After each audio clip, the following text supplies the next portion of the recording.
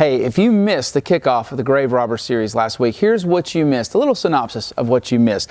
Last week, we just kind of got into the idea of miracles in general. Are miracles possible? A lot of people have problems with the miracles in the Bible. Could it really be that Jesus came and did all these different things? And we talked about that there's really three different main periods of concentrated miracles in the Bible.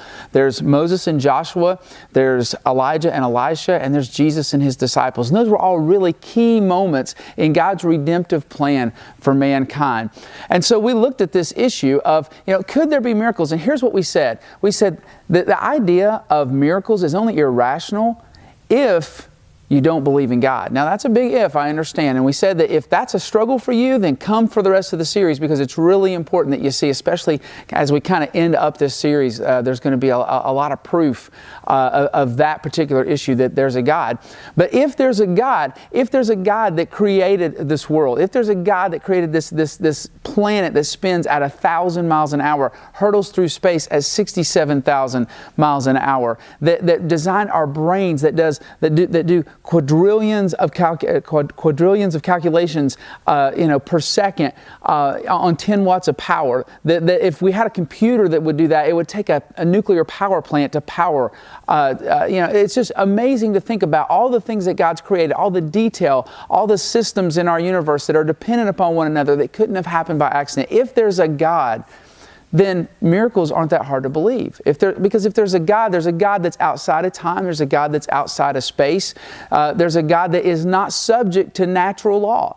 We talked about how that really it's kind of interesting that people who have problems with miracles want to say that everything happened naturally and everything always happens naturally, and yet when we get back to the beginning of time, how could that be? How could it be that by the natural laws that we have today, that everything came to be? Well, frankly, you have to get outside of the natural laws that we have today, don't you? You have to start saying things like that order came from disorder. There was a huge explosion that brought everything into being, and somehow order fell into place from disorder, which is actually the opposite of one of our natural laws. And so what we said is, if you have to get outside of natural laws anyhow, to try to figure this thing out scientifically, then what's wrong with saying, wait a minute, there's something outside of our natural laws, that because He created our natural laws, He's not subject to them, that kicked everything off. And so miracles are something that really, if you believe in God, are not that hard of a jump. If God can create the entire universe and create the little fine details of things that happen in your body every single day, then God can certainly intervene in His creation at times. And if you serve a God that created everything, you would expect that at some point He would intervene. He would step in and let His creation know that He cares. And so here's what we really kind of settled on this last Sunday. We said that the God that created everything is working everything together for your good. He's at work for you. So this doesn't necessarily mean that God's going to step in and do a miracle that kind of suspends or interrupts a natural law, but it does mean that God is able to take everything in your life, all the ifs and ands and all the scenarios and all the different things that could possibly happen. He can take all of that and He can work it all together for your good, for your eternal good, for what's best for you. For what most makes you look more like Jesus Christ.